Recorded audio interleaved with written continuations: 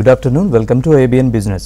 దేశీయ స్టాక్ మార్కెట్లు లాభాలు కొనసాగుతున్నాయి. సెన్సెక్స్ నిఫ్టీ నష్టాల్లో ట్రేడ్ అవుతున్నాయి. ఉదయం నష్టాలతో ప్రారంభమైన స్టాక్ మార్కెట్లు తర్వాత లాభాల్లోకి చేరుకున్నాయి.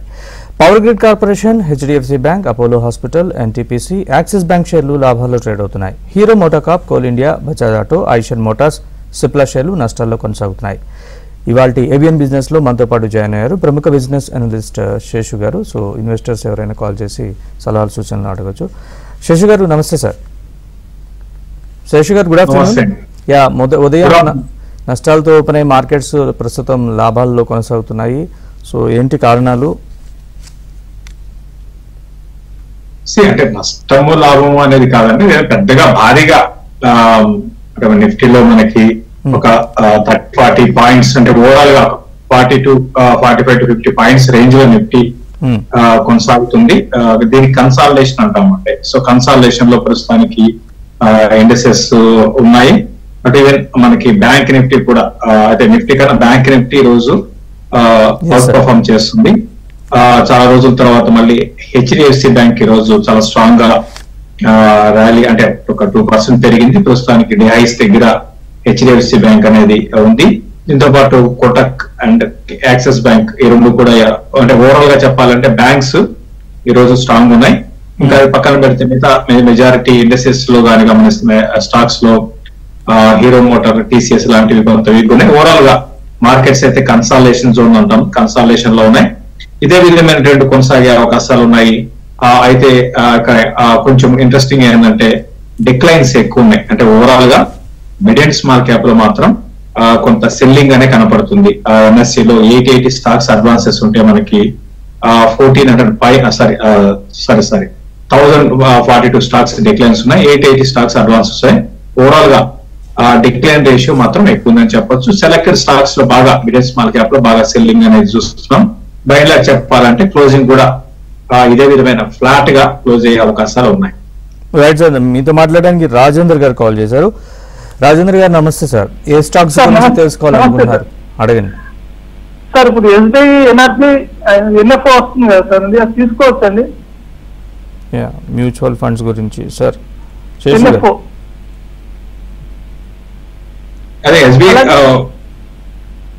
అలాగే ఇంకోటి క్వాంటా స్మాల్ క్యాప్ ఒకటి తీసుకోవచ్చండి?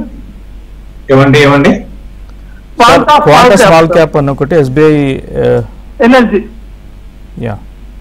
మీరు ఎస్బీఐ న్యూ ఫండ్ ఆఫర్ లో మీరు ఇన్వెస్ట్ చేయాలనుకుంటారు అంతే కదండి? అవునండి. ఎస్ఐ ఉంటండి. ఎప్పుడు మ్యూచువల్ ఫండ్స్ అయినా సరే ఎట్లా ఉంటాయంటే మార్కెట్స్ బాగున్నంత కాలము మ్యూచువల్ ఫండ్స్ లో మనకి రిటర్న్స్ పరంగా బాగానే వస్తుందండి. వన్స్ మార్కెట్స్ ఇప్పుడు ఉన్న ట్రెండ్ కి భిన్నంగా డౌన్ ట్రెండ్ స్టార్ట్ అయితే అప్పుడు మళ్ళీ యాజ్ యూజువల్ మ్యూచువల్ ఫండ్ కూడా అంతా పర్ఫార్మ్ చేయవు. అయితే ఇక్కడ ఏంటంటే మ్యూచువల్ ఫండ్ లో ఇన్వెస్ట్ చేస్తే ఏమవుతుంది అంటే సక్సెస్ పర్సంటేజ్ ఎక్కువ ఉంటుంది. ఎందుకు అంటే డిసిప్లిన్ గా ఉంటుంది, అది మెయిన్ అనమాట. కొంచెం ప్రొఫెషనల్ అప్రోచ్ అనేది ఉంటుంది. సో ఏదైనా కూడా మీరు మ్యూచువల్ ఫండ్ లో ఎస్బీఐ మీరు ఎన్ఎఫ్ఓ అంటే అది న్యూ ఫండ్ ఆఫర్. అది ఏది దేని గురించి అడిగారు నాకు తెలియదు, ఏ ఫండ్ అది. బట్ ఏదేమైనప్పటికీ కూడా మీరు మ్యూచువల్ ఫండ్ లో ఇన్వెస్ట్ చేయడము ఎస్ఐపి విధంగా ఎప్పటికీ సేఫ్ అండి. ఎస్ఐపి పద్ధతిగా మీరు ఇన్వెస్ట్ చేసుకుంటూ పోతే లాంగ్ టర్మ్ లో ఎప్పటికీ సేఫే. కాకపోతే మీరు మీ ఫండ్ ఏ ఫండ్ నన్ను అడగలేదు కాబట్టి మీరు నిర్ణయం మీరే తీసుకోండి. శేష్ గారు, నెక్స్ట్ కాలర్తో మాట్లాడే ముందు దీనికి అడిషనల్ గా ఒక క్వశ్చన్ సార్. ఇప్పుడు మనకి మార్కెట్ లో ఎన్నో ఉన్నాయి కదా ఆల్రెడీ స్కీమ్స్ మ్యూచువల్ ఫండ్స్ లో, వాటిలో ఇన్వెస్ట్ చేయడం బెటరా లేకపోతే న్యూ ఫండ్ ఆఫర్లు ఎన్ఎఫ్ఓ లో ఇన్వెస్ట్ చేయడం బెటర్ అంటే ఎన్ఎఫ్ఓ కూడా అంటే ఒకటి ఎగ్జిస్టింగ్ అంటే ఇప్పుడు ఈ రోజు ఒక ఫండ్ న్యూ ఫండ్ ఆఫర్ అంటే ఇప్పుడు కొత్తగా స్టార్ట్ అవుతుంది అనమాట. ఎగ్జిస్టింగ్ ఫండ్ అంటే ఆల్రెడీ ఇంతకు ముందు స్టార్ట్ ఎట్లయినా ఏదైనా కూడా అండి అదేనా ఇదేనా మళ్ళీ తీసుకెళ్లి స్టాక్స్ లోనే వాళ్ళు ఇన్వెస్ట్ చేస్తారు అనమాట. సపోజ్ వాళ్ళు ఎలా ఉంటుందంటే ఇన్ఫ్రా అనుకోండి, ఇన్ఫ్రా రిలేటెడ్ కంపెనీస్ లో ఒకటి కాకుండా 10ల సంఖ్యలో కంపెనీస్ లో వాళ్ళు ఇన్వెస్ట్ చేస్తారు. సో దట్ ఏదంటే బ్యాలెన్స్ అవుతుంది. సపోజ్ రేపు పొద్దున ఏదన్నా ఒక స్టాక్ బాగా కిందకు వెళ్ళిపోయినా కూడా మిగతా కొన్ని స్టాక్స్ ఆదుకుంటాయి. ఈ విధంగా ఉంటుంది. బట్ ఏదైనప్పుడు కూడా అది చేసినప్పుడు ఫండ్ ని మీరు సెలెక్ట్ చేసుకునే ముందు చూడాల్సింది ఏంటంటే థిమాటిక్ ఫండ్స్. ఇప్పుడు ఎక్కువ మంది థిమాటిక్ ఫండ్స్ లో ఇన్వెస్ట్ చేస్తున్నారు. ఏ మ్యూచువల్ ఫండ్ అయినా కూడా రిటర్న్ కూడా ఏంటంటే 1% 1.5% అటు ఇటుగా ఉంటాయండి. అంతకు మించి పెద్దగా భారీ చేంజెస్ ఉండవు. అంటే నా ఉద్దేశం ప్రకారం ఎటువంటి ఫండ్ లో అంటే ఎటువంటి థిమాటిక్ లో వెళ్ళాలి అంటే ఇప్పుడున్న పరిస్థితుల్లో ఒకటి ఇన్ఫ్రా వెళ్ళండి, 2 మిడ్ క్యాప్ వెళ్ళొచ్చు, తర్వాత స్మాల్ క్యాప్ వెళ్ళొచ్చు. అది ఇంకా ఏ ఫండ్ అంటారు, HDFC వెళ్ళొచ్చు, లేకపోతే ఇంకోటి, అది మీ ఇష్టం, ఏదైనా చూస్ చేసుకోండి. తర్వాత హెల్త్ కేర్ ఒకటి. సో వీటిలో ఖచ్చితంగా ప్రతి ఒక్కరు కూడా SIP చేయాలనుకున్న వాళ్ళు ఇప్పుడు నేను చెప్పిన ఫండ్స్ లో చేసుకోవచ్చు. రైట్ సార్, మీతో మాట్లాడడానికి రమేష్ గారు కాల్ చేశారు. రమేష్ గారు నమస్తే అండి. ఏ స్టాక్స్ గురించి తెలుసుకోవాలనుకుంటున్నారు? నమస్తే సార్. చెప్పండి సార్. సార్ పేటిఎం సేల్ చేసాను, బై చేసాను సార్. అది హోల్డ్ లో ఉంచొచ్చు అంటారా? యా, శేషు గారు ఏమన్నారా? పేటిఎం ఆల్రెడీ హోల్డింగ్స్ ఉన్నాయట సార్, ఏంటి దాని పరిస్థితి అని అడుగుతున్నారు. ఉంచుకోవచ్చా అని, కొనుక్కోవచ్చు అన్నట్టు అడుగుతున్నారండి. పేటిఎం మీరు ప్రస్తుతానికి అంటే పేటిఎం లో జరుగుతున్న పరిణామాలు మీకు తెలిసే ఉంటుంది, చెప్పాల్సిన అవసరం లేదండి. కాబట్టి అన్సర్టెనిటీ అనేది ఇంకా ఉంటుంది, బట్ నేను కూడా బౌన్స్ అయితే ఆల్రెడీ మనం చూసాము, బౌన్స్ కావడం చూసాము. ఎందుకంటే ఇదంతా కూడా న్యూస్ బేస్డ్ అండి. న్యూస్ బేస్డ్ మనం ఎగ్జాక్ట్ గా చెప్పలేము, బట్ ఓవరాల్ గా ఎందుకంటే బాగా ఓవర్ సోల్డ్ అయిపోయింది. అంటే నేను కూడా ఇక్కడ నుంచి డౌన్ సైడ్ అయితే ఉండకపోవచ్చు అనిపిస్తుంది, కొంచెం బౌన్స్ అవుతుంది. దీంతో పాటు ఎప్పటికప్పుడు దీంట్లో జరుగుతున్న వార్తలు మీరు చూడండి. మేనేజ్మెంట్ పరంగా చేంజెస్ ఏ విధంగా, అంటే RBI గైడ్ చెప్పిన విధంగా ఏ విధంగా మార్చుకుంటారు, వాళ్ళు చేసిన తప్పులు ఎలా సరిదిద్దుకుంటారు, ఇటువంటి అంశాలు అనేది నెక్స్ట్ రానున్న రోజుల్లో బాగా ఇంపాక్ట్ చేస్తే. తర్వాత బిజినెస్ మోడల్ ని ఏ విధంగా మార్చుకోవాలి, ఇవి మార్చుకోవాల్సి ఉంటుందండి. ఇప్పుడు బిజినెస్ మోడల్ చేంజ్ చేసుకోవాలి, లేకపోతే కష్టం. సో కాబట్టి అదంటే ఇవన్నీ ఉన్నాయి, ఛాలెంజెస్ ఉన్నాయి. కాబట్టి కూడా అయింది సార్ ఈ రోజు పేటిఎం. అవునండి, అవును. సో కాబట్టి ఏంటంటే మనకి రిస్క్ ఎక్కువ ఉంటుంది, సారీ రిస్క్ రివార్డ్ రెండు కూడా ఈక్వల్ గా ఉంటాయండి. బట్ ఓవరాల్ గా నేనైతే ఈ లెవెల్ నుంచి పెద్దగా భారీగా మనకి అంటే కిందకి వెళ్తుంది అయితే అనుకున్నాను. Right sir, next call Shankar గారు కాల్ చేశారు. శంకర్ గారు నమస్తే అండి. ఏ స్టాక్స్ గురించి తెలుసుకోవాలనుకుంటున్నారు అడగండి. నా దగ్గర MIC ఎలక్ట్రానిక్స్ ఒక 500 ఉన్నాయండి. ఓకే, కొద్దిగా ఈ మధ్యన అప్ము వచ్చింది, ఉంచమంటారా, ఎగ్జిట్ కమ్మంటారా? అలాగే ఇన్నోవేటివ్ ఫుడ్స్ అని IPOలు అలాట్ అయినాయి, అవి ఒక 200 ఉన్నాయి. ఉండమంటారా, ఎగ్జిట్ కమ్మంటారా, ఏంటి అనేది? శేషు గారు. ఒకటే MIC electronics. Okay, MIC electronics అదేనండి. MIC ఎలక్ట్రానిక్స్ అనేది ఇది రీసెంట్ గా బాగా పెరిగిందంటే దేనికి పెరిగింది ఏంటి అంటే దీనికి రీజన్ పరంగా ఫండమెంటల్ పరంగా ఏం లేదండి. ఫండమెంటల్ పరంగా ఎటువంటి లేదు. బట్ అంటే ఫండమెంటల్స్ లో అద్భుతాలు అయితే లేదు. కాబట్టి ఇవన్నీ కూడా ఏంటంటే ఇప్పుడు ఇట్లా ఎటువంటి అన్ని బాగున్న టైంలోనే మీరు ఎగ్జిట్ తీసుకోవాలి తప్ప ఫర్దర్ గా కొనడం అనేది కరెక్ట్ కాదు. ఆల్రెడీ కొన్నారు కాబట్టి మీరు ప్రాఫిట్ పెరుగుతున్నప్పుడు ప్రాఫిట్ బుక్ చేసుకోమని చెప్పి. నెక్స్ట్ ఇన్నోవేటివ్ ఫుడ్స్ అని ఒకటి అడిగారు, అది NSEలో ట్రేడ్ అవనట్టుగా చూపిస్తుంది. Okay sir, let's move to some next. Shashi గారు, ఈరోజు ఇంకొక స్టాక్ చూస్తే పవర్ ఫైనాన్స్ కార్పొరేషన్ అనుకుంటుంది, అది కూడా బాగా పెరిగింది. పవర్ గ్రిడ్ కార్పొరేషన్ 4% దాకా పెరిగింది సార్. సో ఏంటి దానికి రీజన్స్ ఏమన్నా, ఈరోజు ఏమైనా న్యూస్ ఉందా ఏంటి? ఏ స్టాక్ అన్నారు? Power grid corporation sir. Power grid ఎందుకు పెరిగింది అంటున్నారా?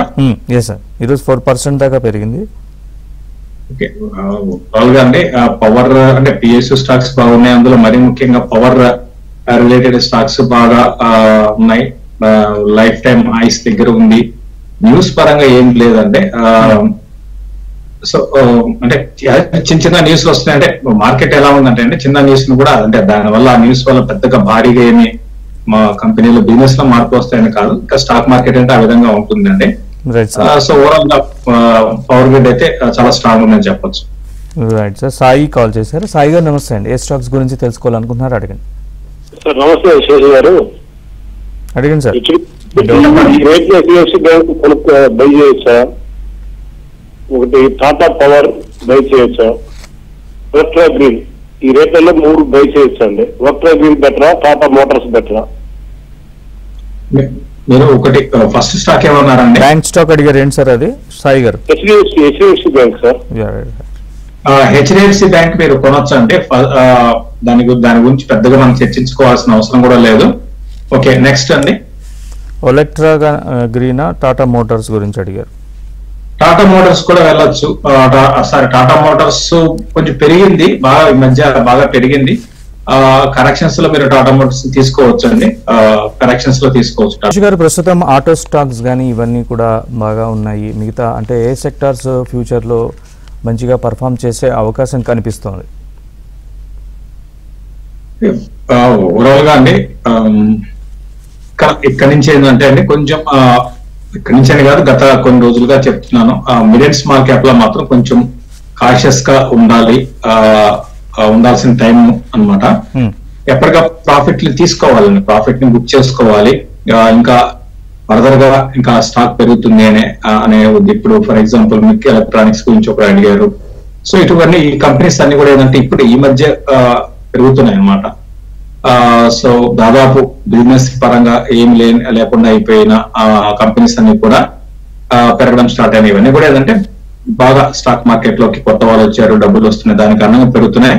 కాబట్టి ప్రతి ఒక్కరు కూడా అది అర్థం చేసుకుని దాని తగ్గట్టుగానే మీరు తెలివిగా జాగ్రత్త పడి ఎగ్జిట్ తీసుకోవాలి. సో ఓవరాల్ సెక్టరల్ పరంగా లాంగ్ టర్మ్ ఉండాలి అంటే ఖచ్చితంగా మనము ఇన్ఫ్రా ఒకటి, ఇంతకు ముందే అనుకున్నట్టుగా ఆటో యాన్సిలరీ ఒకటి బాగుంటుంది, తర్వాత హెల్త్ కేర్ ఒకటి బాగుంటుంది. సో దాదాపు అన్ని సెక్టర్లు బాగుంటాయి. కాకపోతే ఇప్పుడు మనం అనుకున్నవి కొంచెం ఎక్కువ రిటర్న్స్ రావడానికి అవకాశం ఉంది. Right sir, next caller Sharma గారు కాల్ చేశారు. శర్మ గారు నమస్తే సార్, ఏ స్టాక్స్ గురించి తెలుసుకోవాలనుకుంటున్నారు అడగండి. నమస్కారం సార్. ఇండియా సుక్రోజ్, ఐఓసిఎల్ ఈ రెండు ప్రాఫిట్ బుక్ చేసుకొచ్చుంటారా? ఇండియా ఐఓసిఎల్ ఇంకోటండి, India sucrose, sugar company India sucrose. India sucrose లో మీరు ప్రాఫిట్ బుక్ చేసుకోవాలనుకుంటున్నారు అంతే కదండి? 60 రూపీస్ లో హోల్డ్ చేస్తుండే 2 షేర్లు 60 రూపీస్.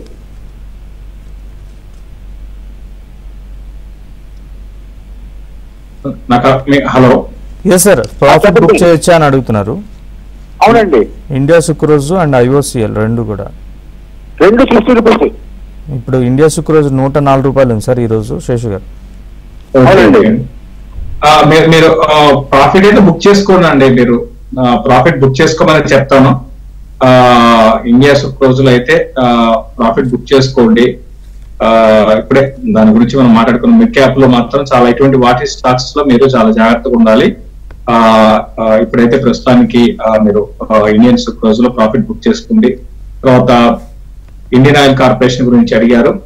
ఇండియన్ ఆయిల్ కార్పొరేషన్ లో కూడా మీరు అంటే ఈ రోజు ఇండియన్ ఆయిల్ కార్పొరేషన్ లో ప్రాఫిట్ బుక్ చేసుకోవాల్సిన అవసరం కొంచెం ఆగండి. మనకి ఏంటంటే ఈ ఆయిల్ మార్కెటింగ్ కంపెనీస్ ప్రైవేటైజేషన్ ఎప్పటి నుంచో ఉందనుకోండి. సో దాని కారణంగా ఇవన్నీ కూడా బాగా పెరుగుతున్నాయి. ఇండియన్ ఆయిల్ కార్పొరేషన్ కానివ్వండి, బీపీసీఎల్, హెచ్పిసిఎల్ ఇవన్నీ కూడా. కాబట్టి ఈ హవా కొంచెం కొన్ని రోజులు కొనసాగవచ్చు. కాకపోతే జాగ్రత్త పడి దీంట్లో కూడా ఒక 1-2 months అట్లా మీరు ఎలక్షన్స్ ముందు మీరు ప్రాఫిట్ బుక్ చేసుకోవడానికి ప్రయత్నం చేయండి. రైట్ సార్, నెక్స్ట్ శేషు గారు కాల్ చేశారు. శేషు గారు నమస్తే అండి, మీ డౌట్ ఏంటో? నమస్తే అండి, విజయవాడ నుంచి మాట్లాడుతున్నాను. ఐటీసీ పరిస్థితి ఏంటి సార్? ఐటీసీ ఉన్నాయి మా దగ్గర, లాస్ట్ లో ఉన్నాయి. యా, ఐటీసీ ఏమన్నారండి? ఐటీసీ 420 లో ఉన్నాయండి. ఉంచుకోమంటారా, హోల్డ్ చేయమంటారా, లేకపోతే తీసేయమంటారా? ఉంచండి. మీరు ఒక ఇన్వెస్ట్మెంట్ పరంగా అయితే ఐటీసీని ఉంచండి. అంటే ఇప్పుడు ఈ రేట్ లో కూడా ఐటీసీ మనకేమీ ఎక్స్పెన్సివ్ అయితే కాదు.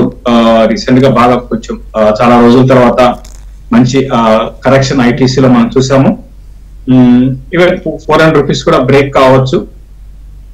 బట్ ఓవరాల్ గా లాంగ్ టర్మ్ వ్యూ ఉద్దేశం ఉంటే మళ్ళీ ఇంకొక నెక్స్ట్ ర్యాలీలో మళ్ళీ ఇది న్యూ హైస్ వైపు వెళ్తుంది. కొంచెం టైం పడుతుందండి, ఇమీడియట్ గా అయితే పెరగదు. నేను అనుకోవడం 400 కూడా బ్రేక్ అయ్యి స్లోగా 380 దగ్గర ఆగొచ్చు. బట్ లాంగ్ టర్మ్ వ్యూ ఉంటే మాత్రం కంటిన్యూ చేసుకో.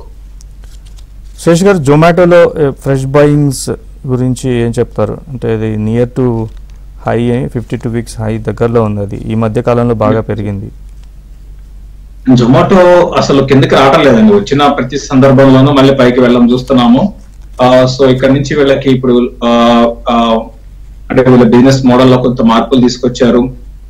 సో మన నెంబర్స్ బాగున్నాయి. తర్వాత ఇక్కడ నుంచి ప్రాఫిట్స్ ఇంకా పెరిగే అవకాశాలు ఉన్నాయండి వీళ్ళకి. ప్రాఫిట్స్ పెరుగుతాయి. సో కాబట్టి ఏంటంటే ఓవరాల్ గా ఏదన్నా ఎప్పుడైనా సరే కిందకి వచ్చినప్పుడు కొనుక్కోమని చెప్తాను. రీసెంట్ గా మీరు అబ్జర్వ్ చేస్తే స్లోగా ఫస్ట్ ఏం చేస్తారంటే అండి, ఇదంతా బిజినెస్ అంటే ఇదంతా కూడా ఫస్ట్ మనకి చాలా తక్కువకే ఆఫర్ చేస్తారు. ఆన్లైన్ డెలివరీ మనం చూసాము. ఇప్పుడు స్లోగా మనకి తెలియకుండానే పెంచుకుంటూ పోతున్నారు అనమాట. సో కాబట్టి ఏంటంటే ఇక్కడ నుంచి మార్జిన్స్ అనేది పెరుగుతాయి. దీంతో పాటు బ్లింకిట్ ఒకటి చాలా చాలా వీళ్ళకి గేమ్ చేంజర్ లా కనపడుతుంది. సో బ్లింకిట్ రోబస్ట్ గా మనకి గ్రోత్ ఉంది. అది కూడా ఒక 2-3 ఏళ్లలో పెద్ద రెవెన్యూ జనరేట్ చేయొచ్చు వీళ్ళకి. అఫ్ కోర్స్ లాస్ లో ఉన్నా కూడా, బట్ ఇప్పుడు ప్రస్తుతానికి లాస్ ఉన్నా కూడా భవిష్యత్తు బాగుంటుంది. Right sir. Next call Chaudhary గారు కాల్ చేశారు. చౌదరి గారు నమస్తే అండి. ఏ స్టాక్స్ గురించి తెలుసుకోవాలనుకున్నారో అడగండి. సార్, స్టెరిలైట్ టెక్నాలజీ ఉంచుకోవచ్చా అమ్మేయొచ్చా? యూకాల్ ఫ్యూల్ ఉంచుకోవచ్చా అమ్మేయొచ్చా? జీ ఎంటర్టైన్మెంట్ లిమిటెడ్ ఈ 3 ఉంచుకోవచ్చా అమ్మేయొచ్చా చెప్పండి సార్. రైట్. స్టెరిలైట్ టెక్నాలజీస్ ఎంతలో కొన్నారండి? 110 అట్లా కొన్నానండి. ఫస్ట్ మీరు స్టెరిలైట్ టెక్నాలజీ తీసేస్తే ఎగ్జిట్ కాండి. Okay okay. ఇది వేదాంత ఉంది కదా, వాళ్ళదేనండి స్టెరిలైట్ టెక్నాలజీ. సో ఆ వేదాంత గ్రూప్ స్టాక్ జోలికి వెళ్ళాకండి. ఫస్ట్ పాయింట్ అది. Okay, Sterlite technology exit. మంచి స్టాక్స్ ఉన్నాయి మనకి. ఉన్నప్పుడు వాటిలో పోయి మనం అంటే అన్ని బాగున్నప్పుడు బాగానే ఉంటాయండి. సో కాబట్టి మీరు జాగ్రత్త పడాలి. నెక్స్ట్ ఇంకో స్టాక్ ఏమన్నారు చౌదరి గారు? స్టెరిలైట్ ఫ్యూల్ ఒకసారి మళ్ళీ చెప్పండి సార్, రిపీట్ చేయండి ఒకసారి, మీ వాయిస్ కట్ అవుతుంది. యూకాల్ ఫ్యూల్. యూకాల్ ఫ్యూల్.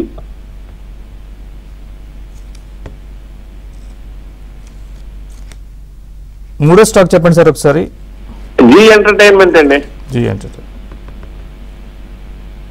ఒకటే అంటే మీరు ఎంచుకున్న స్టాక్స్ లో క్వాలిటీ స్టాక్స్ అయితే కాదండి ఇవన్నీ కూడా. జీ ఎంటర్టైన్మెంట్ కానివ్వండి, ఇవన్నీ కూడా రిస్క్ అండి. ఇవన్నీ ఎందుకు ఇప్పుడు ఇవన్నీ కార్పొరేట్ గవర్నెన్స్ బాగా లేని స్టాక్స్. జీ ఎంటర్టైన్మెంట్ లో ఏం జరుగుతుందో మీకు చూశారు. తర్వాత ఇంకోటి ఇండస్ట్రీ పరంగా ఎటువంటి గ్రోత్ ఉండదు మీడియా అనేది. సో ఇవన్నీ డైనమిక్స్ ఉంటాయండి. కాబట్టి మీరు ఎగ్జిట్ తీసుకోండి, దాంట్లో కూడా ఎగ్జిట్ తీసుకోండి. యూకాల్ కూడా మీరు ఎగ్జిట్ తీసుకోండి. ఇవన్నీ కూడా మీరు కొన్న అన్ని స్టాక్స్ ఇన్వెస్ట్మెంట్ స్టాక్స్ కాదు. ఇవన్నీ చాలా డేంజర్ స్టాక్స్ అండి. చాలా డేంజర్. యూకాల్ లిమిటెడ్ కూడా చాలా డేంజర్ స్టాక్స్. కాబట్టి మీరు ఎగ్జిట్ తీసుకోండి, ర్యాలీస్ లో ఎగ్జిట్ తీసుకోండి. Right sir. నెక్స్ట్ సుబ్రహ్మణ్యం గారు కాల్ చేశారు. సుబ్రహ్మణ్యం గారు నమస్తే అండి. ఏ స్టాక్స్ గురించి తెలుసుకోవాలనుకుంటున్నారు అడగండి. నమస్తే అండి. చెప్పండి. ప్రెసెంట్ రేట్ లో హెచ్పిసిఎల్ యాక్సిస్ బ్యాంక్ కొనుక్కోవచ్చా? కొద్దిగా కరెక్షన్ వచ్చిందా కొనుక్కోమంటారా? Present rate Axis bank HPCL కొనుక్కోవచ్చు అని అడుగుతున్నారు.